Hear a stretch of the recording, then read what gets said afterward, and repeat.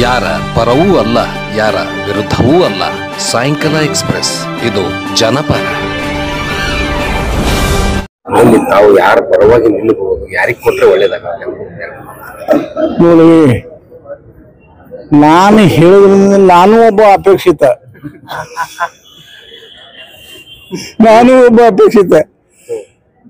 ನಮಗ್ micro community ಇರ್ತೈತಿ. ನಮ್ದು ಅಂತೂ SC ಒಳಗ ನಮಗೂ ಮಿನಿಸ್ಟರ್ಶಿಪ್ ಬೇಕು.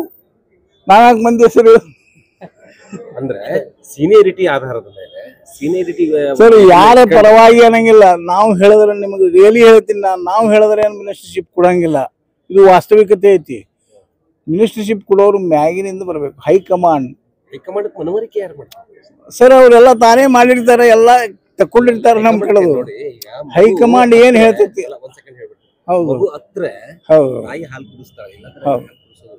ಕರೆಕ್ಟ್ ಐತಿ. ತಾವು ಹೇಳುದು ಕರೆಕ್ಟ್ ಐತ್ರಿ. ನಾವೆಲ್ಲ ಅಂದಿವಿ ಒಂದು ನನಗೆ ಬೇಕಂತಕ್ಕಂಥದ್ದು ಇನ್ನೂವರೆಗೂ ನೀವು ಬೇಡಿಕೆ ಇಟ್ಟಿಲ್ಲ. ಇವತ್ತು ಪ್ರಥಮ ಬಾರಿಗೆ ಹೇಳ್ತಾ ಇದ್ದೀನಿ. ಹಾಗೆ ಇಲ್ಲಿ ಅಂದ್ರೆ ನಮ್ಮಲ್ಲೇ ಯಾಕೆ ಸಮಸ್ಯೆ ಹತ್ತಿವು?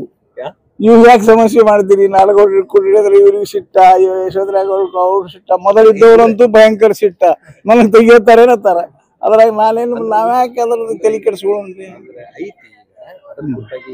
ಯಶವಂತರಾಗೌಡ್ರು ಬಹಳ ಒಂದು ಫಲವತ್ತವಾಗಿ ಅದು ಪ್ರಶ್ನೆನೇ ನಮ್ ಸರಿ ಅನ್ಸಂಗಿಲ್ಲ. ಅದು ನನಗ್ ಬೇಕು. IM SC ಮೈಕ್ರೋ ಕಮ್ಯುನಿಟಿ ನನಗೇ ಬೇಕು. ಯಾರ ಪರವೂ ಅಲ್ಲ, ಯಾರ ವಿರುದ್ಧವೂ ಅಲ್ಲ. ಸಾಯಂಕಾಲ ಎಕ್ಸ್‌ಪ್ರೆಸ್, ಇದು ಜನಪರ.